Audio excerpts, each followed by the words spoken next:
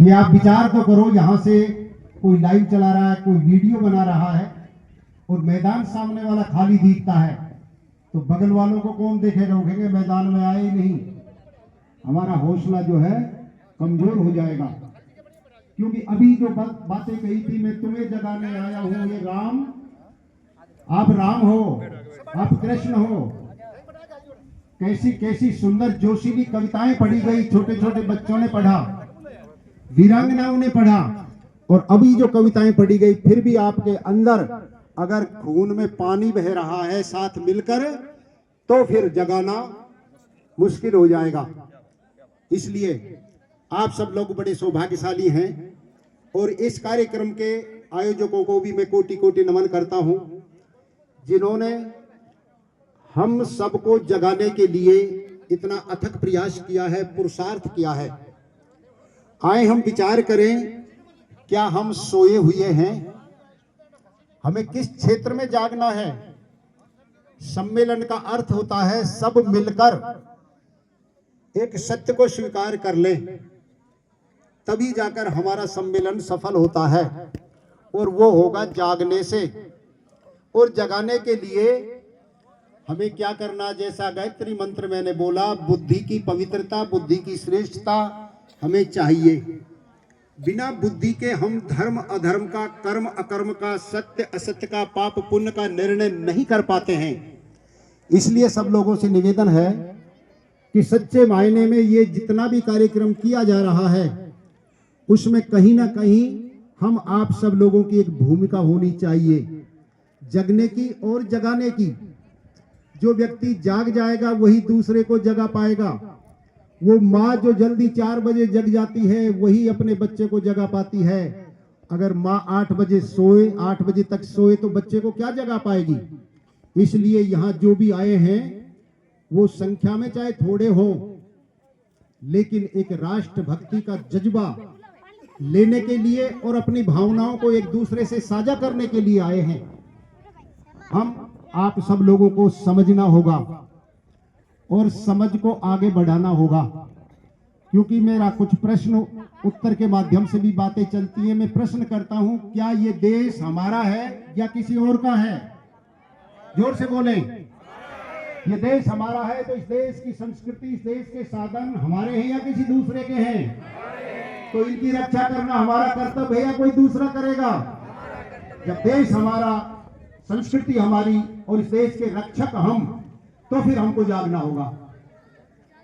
जिन देश के उन वीरों ने, उन वीरांगनाओं ने आजादी के लिए हंसते हंसते गले में फंदा डाला, और उन्हीं के देश में आज अगर ऐसी विचारधारा, जिस विचारधारा को लेकर वो आगे बढ़े, उस विचारधारा को निर्मूल कर दिया जाए और उस विचारधारा को फैला दिया जाए जो हमारी संस्कृति का हिस्सा ही नहीं है।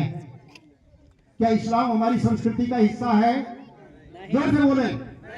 क्या ईसाईयत हमारी संस्कृति का हिस्सा है? तो फिर ये देश के अंदर कोने कोने में ये संस्कृति कितनी फली फूल हो गई है। 9 राज्य आपके हाथ से निकल चुके हैं।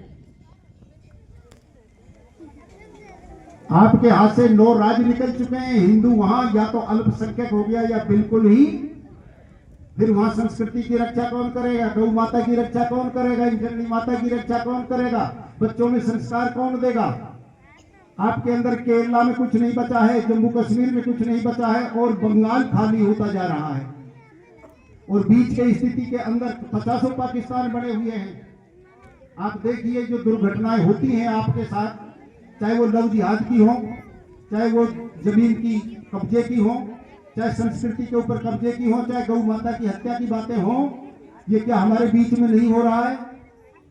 हमको जागना होगा। हमारे सरकार के जितने भी जिनको हमने नुमाइंदा बनाकर भेजा है, उनको भी जगाना होगा। ये जो सम्मेलन किया जा रहा है, हिंदू जागो, हिंदू जागो, हिंदू जागो, आप हम सब उनके वोटर हैं।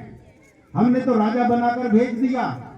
एक नारा और जोड़े साथ में, सांसद जागे, विधायक जागे, सरपंच जागे, प्रधान जागे, जिला प्रमुख जागे, तब जाकर जागृति आएगी। वो लोग नशे की गोली खाकर विधानसभा की एसी में बैठकर हमारे बारे में नहीं सोच रहे हैं। इसलिए आपके क्षेत्र में जो भी विधायक आता है, मंत्री आता है, सांसद आता है, आपको कहो कि आपके कहने से कहा आपने कि हिंदू जागो, हम तो जाग गए, लेकिन अब आप भी हमारे कहने से जागो, विधायक जागो, सांसद जागो, क्योंकि सांसद विधायक नियम बनाते हैं और आज हम जागते हुए भी उन नियमों की कुंठता में जकड़े हुए हैं, हम कुछ नहीं कर पाते हैं। आज हम अपनी गौ माता को राष्ट्रीय क्या नहीं बना पाए हैं, माता नहीं बना पाए हैं, राष्ट्रीय माता नहीं बना पाए हैं, तो शुरुआत करें राजस्थान से, हम राज्य माता का दर्जा तो कम से कम दिलाएं। क्यों जी, हो सकता है ना संभव। भाजपा सरकार हमारी है, जो श्री राम का नारा लेकर वोट उसके सहारे पर हम आप सब उछल उछल कर देते हैं। उन हमारे एमएलए एमपीज को हम ये कह सकते हैं कि आप राष्ट्रमाता नहीं बनाते तो राज्य माता तो बना दो। आप सब लोग इस काम के लिए जागना है। केवल सम्मेलन में आए, भाषण हमने दिया और आपने सुना, और यहां से जाने के बाद में वही पंडाले का पानी वही गिरेगा, यानी आपकी जो वृत्ति है वही रहेगी, तो फिर कौन बचाएगा? क्योंकि लगी है आग उपवन में, इसे फिर कौन बुझाएगा? झुलस जाएंगी ये कलियां तो फूल कौन खिलाएगा? कहां से समृद्धि मिलेगी आपको? कहां से संस्कार मिलेंगे आपको? कैसे संस्कृति की रक्षा होगी? कैसे जननी माता की रक्षा होगी? कैसे गौ माता की रक्षा होगी? कैसे भारत माता की रक्षा होगी? इसके लिए आप हम सब लोगों को सामूहिक प्रयास के साथ जागना होगा।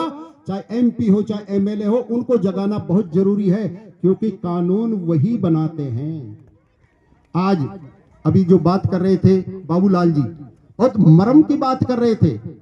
हमारे परिवार सिकुड़ते जा रहे हैं, हमारी संस्कृति सिकुड़ती जा रही है, हमारी शिक्षा किस प्रकार से होती जा रही है। हम अपने बच्चों को कॉन्वेंट स्कूल में पढ़ाकर सीना तान कर कहते हैं कि मेरा बच्चा तो अंग्रेजी पढ़ रहा है।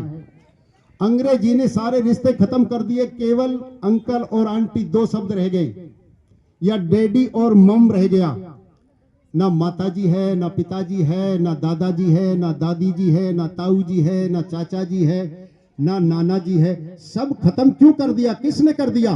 वो मेकाले की शिक्षा, जिसने इस देश को बर्बाद करने के लिए 7 लाख गुरुकुल चलते थे, जिसमें वेद की विद्या दी जाती थी, बच्चों को संस्कारवान बनाया जाता था, समस्त गृहस्थियों को नियम और मर्यादाओं में जहां से चलने का संदेश मिलता था, उस विद्या को खत्म करके और केवल पशुओं की तरह जीने वाली विद्या को हमने श्रेष्ठ मान लिया।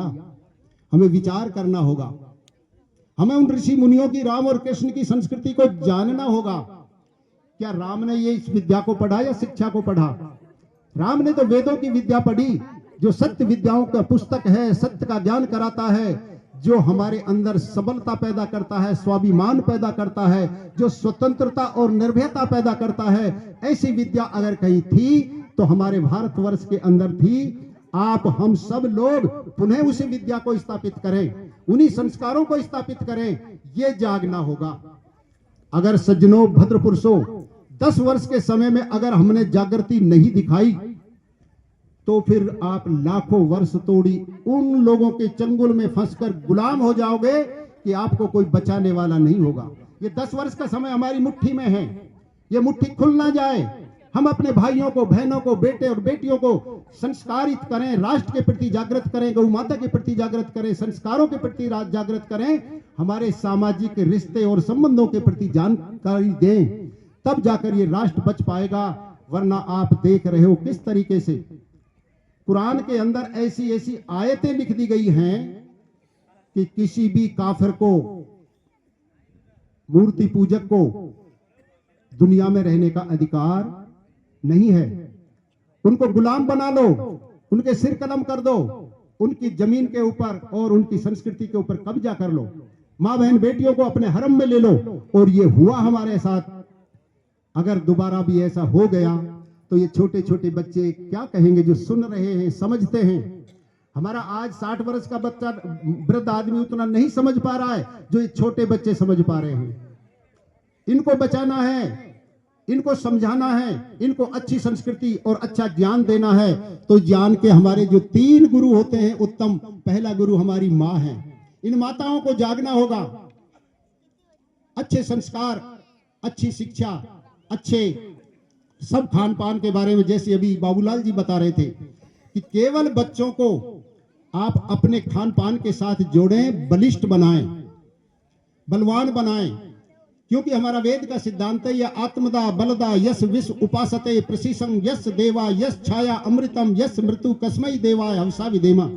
हम अपने परिवार को, अपनी संतान को, अपने समाज के लोगों को अमृतता, जिससे अमरता प्राप्त होती है, जिससे विश्वास जगता है, जिससे शक्ति प्राप्त होती है, उसको प्राप्त कराएं। और वो है पहला हमारा, बच्चों को अच्छा खान पान दें, परिवार में अच्छा खान पान दें। और जो परिवार नशे में डूब गए उनको कैसे बचाएं, क्योंकि समाज में बहुत बड़ा अभिशाप बन चुका है नशा। उनको बचाने का काम भी माताएं करेंगी। एक ऐसे महापुरुष का 100वां बलिदान दिवस मनाया जा रहा है। आप पढ़े लिखे लोग शिक्षित होंगे, स्वामी श्रद्धानंद सरस्वती, जो बहुत बड़ा नशेड़ी था, अच्छे परिवार का था, बैरिस्टर था, नशे में डूब गया, लेकिन उसकी धर्म पत्नी ने अपना धर्म निभाया। और एक दिन वो शराब पीकर आया और उसकी गोदी को, उसके अपनी गोदी में उसके सिर को लहरा रही है, वो सलवा रही है, उसको बेहोश था, उल्टी कर रही है, अपने हाथों में ले रही है। और जब 4 बजे उसकी नींद खुली तो वो पूछता है, श्रीमती जी आपने भोजन नहीं किया? वो उत्तर देती है, मेरी माँ, मेरी बहन, कि जब मेरा पति भूखा सो रहा है मैं भोजन कैसे कर सकती हूं। उसके जीवन में परिवर्तन आया कि मेरी वजह से मेरी धर्म पत्नी भूखी बैठी है और मेरी उल्टी जो कर रहा हूं अपने हाथों से लेकर डाल रही है। इस मां को उसने कहा कि मैंने उस समय गोदी में ये नहीं सोचा मेरी पत्नी की गोदी में मेरा सिर है, मैंने उस समय सोचा कि मेरा सिर मेरी मां की गोदी में है। मैं मेरी मां को दुखी नहीं कर सकता। व्रत लिया कि मैं आज के बाद शराब नहीं पीऊंगा। और आज यही स्थिति उस मां की होती है जिसके घर में उसका पति, उसका बेटा, उसका भाई शराब पीकर आता है। छोटे छोटे बच्चे कोने में घुस जाते हैं, चारपाई के नीचे हो जाते हैं, पिताजी का मुंह देखना नहीं चाहते। इसलिए ये नशा जो है इसको छुड़ाने के लिए माताओं से भी निवेदन है, प्रयास करें, प्रेम से करें, समझाई से करें। और आगे चलकर इतना बड़ा व्यक्तित्व निखर कर आया। गुरुकुल कांगड़ी विश्वविद्यालय हरिद्वार के अंदर खोली, जिसमें हजारों हजारों युवाओं को तैयार किया भारत माता को आजाद कराने के लिए। और जिस गांधी का हम नाम लेते हैं कि आजादी तुमने दिलवाई, उस गांधी के आंदोलन को अपने बच्चों का दूध रोककर, एक समय का भोजन रोककर और आंदोलन में पैसा दिया।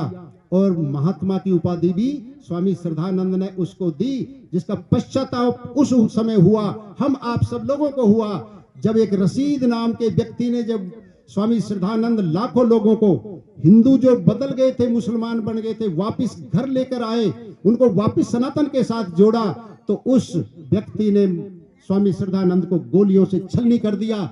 जब पता लगा और उस रशीद नाम के व्यक्ति की वकालत करी गांधी ने कि बच्चा था, भूल कर गया, इसे माफी होनी चाहिए। आप विचार करें कितने लोगों ने कहां से कहां निकल कर गए। जो फर्श पे आदमी गिरा हुआ था वो अर्श में पहुंच गया। आज उसका 100 वर्ष बलिदान दिवस को हो गए। और माताओं के लिए जालंधर में पहला विद्यालय खोला। पढ़ने का अधिकार नहीं था माताओं, आपको जनेऊ धारण करने का अधिकार नहीं था, यज्ञ में आहुति देने का अधिकार नहीं था। ये सारे के सारे काम इस देश के उन महान विभूति आत्माओं ने किया है जो देश को अपना समझते थे। आज हम सब अगर ऊंच नीच के भेद में बटे रहे तो वो दिन दूर नहीं है जब लोग हमारे ऊपर शासन करेंगे। हम अमीर गरीब के रूप में अगर बटे रहे तो वो दिन दूर नहीं है कि हम गुलामी की ओर जाएंगे। हम छुआछूत के इस अभिशाप को दूर करें, जातिवाद के अभिशाप को दूर करें। मैं हर सभा में जाकर यही कहता हूं कि मनुष्य एक जाति है। क्यों जी, मनुष्य एक जाति है या नहीं? आप कितने लोग सहमत हैं इससे? सब एक हैं, बहुत अच्छी बात है। क्यों? दूसरी जाति है तो गाय की है, भैंस की है, घोड़े की है, ऊंट की है। इसलिए मनुष्य एक जाति है और उस जाति में हमको जीना है। और हमारा जो देश है, हमारा जो राष्ट्र है, यहाँ की संस्कृति ने दुनिया को जीना सिखाया, दुनिया का भरण पोषण करना सिखाया। तभी तो कहते थे कि यहाँ पारसमणि पत्थर पाया जाता है। यहाँ पारसमणि पत्थर ऐसा कोई नहीं है कि इस लोहे के चैन को छुपा दे और वो सोना बन जाए। ऐसा नहीं है। जो हमारी विद्या है वही पारसमणि पत्थर है, जो प्रकाश करती है, जो श्रेष्ठता बनाती है, सबलता देती है, शक्ति देती है, सामर्थ्य देती है, वही हमारी वेद की विद्या, जिसके 6 विश्वविद्यालय इस देश के अंदर चला करते थे, वो हमारी विद्या जो दुनिया को प्रकाश करती थी। ये भारत माता जो दुनिया का भरण पोषण करती थी। यहाँ 6 ऋतुएं होती हैं, हर ऋतु में यहाँ अनेक प्रकार के अन्न पैदा होते हैं, यहाँ अनेक प्रकार के फल पैदा होते हैं, अनेक प्रकार की औषधियां पैदा होती हैं। अभी ये वसंत ऋतु चल रही है, सबके मोह को मोहने वाली शीतल मंद सुगंध बहे जहां, वही तो हमारा राष्ट्र है। आया बसंत, आया बसंत, हम छोटे छोटे थे तो पढ़ा करते थे, कोर्स में पता नहीं अब है या नहीं। वन उपवन में छाया बसंत, आया बसंत, आया बसंत। ये वसंत की ऋतु केवल और केवल इस आर्यव्रत राष्ट्र भारत के अंदर ही है, उन देशों में नहीं है जब बर्फ ही बर्फ गिरती है या सूर्य का प्रचंड गर्मी पड़ती है। वो तरसते हैं, इसलिए भारत में आते हैं कि भारत की ऋतुओं को देखो। ये 6 ऋतुओं वाला देश, ये विभिन्न प्रकार की औषधियों वाला देश, ये विभिन्न प्रकार की जो हमारी सनातन संस्कृति की मान्यता है उनके साथ जीने वाला ये देश, हमारा देश विश्व में सबसे ऊंचे स्तर का देश है। इसकी स्तरता कहीं डगमगा ना जाए, इसलिए आप सब लोगों को जगाने के लिए प्रोफेसर साहब आए दिल्ली, वहां से बीकानेर से हम भी आए हैं, आपने बुलाया है। आपको जागना है, बुराइयों को छोड़ना है, जात पात का भेद मिटाना है, ऊंच नीच को हटाना है। सब भाई हैं हम, इस भारत माता के हम सपूत हैं। इस भारत माता की रक्षा कौन करेगा? मेरे साथ नारा बोलेंगे, हम करेंगे, हम करेंगे। भारत की रक्षा कौन करेगा? वेद की रक्षा कौन करेगा? जननी माता की रक्षा कौन करेगा? गौ माता की रक्षा कौन करेगा? हमारा दायित्व है, हमारा कर्तव्य है। हम ऐसे सौभाग्यशाली हैं जो भारत माता के अंदर हमको जन्म मिला है। हम सौभाग्यशाली हैं जो ऐसे मंदिरों के ऊपर प्रांगण में बैठकर हम भारत माता को जगाने का काम संगठित होकर हिंदू सम्मेलनों के नाम पर, सनातन सम्मेलनों के नाम पर हम संगठित होने का सौभाग्य हमको प्राप्त हो रहा है। ये दूसरे लोगों को प्राप्त नहीं है, लेकिन दूसरे लोगों में कितनी जागृति आई। जो अभी बाबूलाल जी कह रहे थे कि किलोमीटर 2-2 किलोमीटर के जुलूस उनके बिना कोई एडवर्टाइज के हो जाते हैं। इसलिए एक ही आवाज लगे कि भारत के सपूतों, राम और कृष्ण की संतान, हनुमान को अपना आदर्श मानते हो, माता सीता रुक्मिणी अनुसुईया को अपना अनुसरण करने वाले मानते हो, तो आपको हमको जागना होगा और जागकर हमको सुदृढ़ता पैदा करनी होगी, एकता का संदेश देना होगा। बिखरे हुए मणियों को कोई माला नहीं कहता है। एकता का सूत्र हमारा ओम का ध्वज है, भगवा ध्वज है एकता का सूत्र। उसके नीचे बैठकर हम अपनी संस्कृति के उन संस्कारों को सीखते हैं जो हमें सुदृढ़ता देता है, जो हमें संस्कार ऐसे सबलता देते हैं, निर्भयता देते हैं, हमारे इतिहास का ज्ञान कराते हैं। इसलिए हम आप सब लोग एक माला के मणियों में पुरकर और एक सुंदर सी माला बन जाए। 1008, 1101, 108 की जो मालाएं हैं उनका अभिप्राय यही है, हम संगठित हो जाएं, हम उन बुराइयों को भूल जाएं, उन कुकृत्यों को छोड़ दें, आपस की जो भेदभाव की नीति है उसको छोड़ दें, ऊंच नीच को छोड़ दें, गलत खान पान को छोड़ दें। क्योंकि मेरे सामने अभी हम वहां मंदिर के सामने थे तो एक पंडित जी थे शायद वो, और उन्होंने कहा कि स्वामी जी आपके पास दूध आ गया क्या? दोनों हाथ में एक जर्दे की पुड़िया, एक उसमें और मिलाते हैं वो। मैंने कि देखो पंडित जी, दूध आए न आए उसकी मुझे परवाह नहीं, लेकिन आपसे निवेदन करता हूं आप इसको छोड़ दो। और कितना सज्जन पुरुष, उसने तुरंत मुझे दे दी और व्रत लिया। वो अगर हो तो उनके लिए एक बार जोरदार ताली बजाएं। उसने व्रत लिया नशे को छोड़ना, बुराई को छोड़ना। अब जब वो छोड़ चुका है तो उसके परिवार में जो बच्चे हैं वो नहीं जाएंगे उस बुराई के नजदीक। इसलिए मैं आप लोगों से भी कह देना चाहता हूं, अगर आपके अंदर कोई बीड़ी की, कोई सिगरेट की, कोई जर्दे की, कोई अमल की, कोई पोस्त की, कोई दारू की, अनेक प्रकार के जो नशे हैं अगर कोई करता है तो इस माँ को, भगवती को अपना आदर्श मानकर, इस भगवा को अपना आदर्श मानकर, परमात्मा को अपने अंतरकरण में विराजमान मानकर, इस समाज को अपना मानकर, इस राष्ट्र को अपना मानकर, गौ माता को अपना मानकर, जननी माता को अपना मानकर उस नशे का त्याग करें। मेरा यही निवेदन है। और पिछले 5 वर्षों से मैं यही अभियान आपकी मारवाड़ की धरती के ऊपर चला रहा हूं।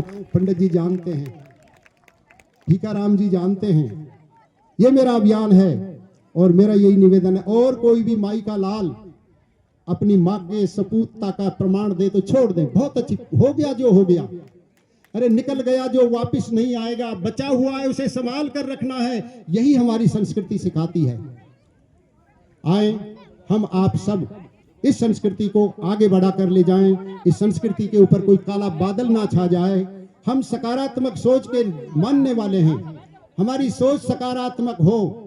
दुनिया वाले हमको मिटाना चाहते हैं, लेकिन हम कह देना चाहते हैं उन दुनिया वाले के लोगों से कि ये संस्कृति की जड़ें इतनी गहरी हैं जिसका 2 अरब वर्ष पुरानी संस्कृति है। हमारी कोई 1400 वर्ष और 2100 वर्ष वाली पुरानी संस्कृति नहीं है। ये संस्कृति तो जब से मनुष्य धरती पर आया तब की पुरानी संस्कृति है। इसका जो पौधा जितना ऊपर है उतनी गहरी इसकी जड़ें हैं। इन जड़ों को हम हिलने नहीं देंगे, पौधों को सूखने नहीं देंगे, जननी माता और गौ माता के ऊपर अत्याचार होने नहीं देंगे।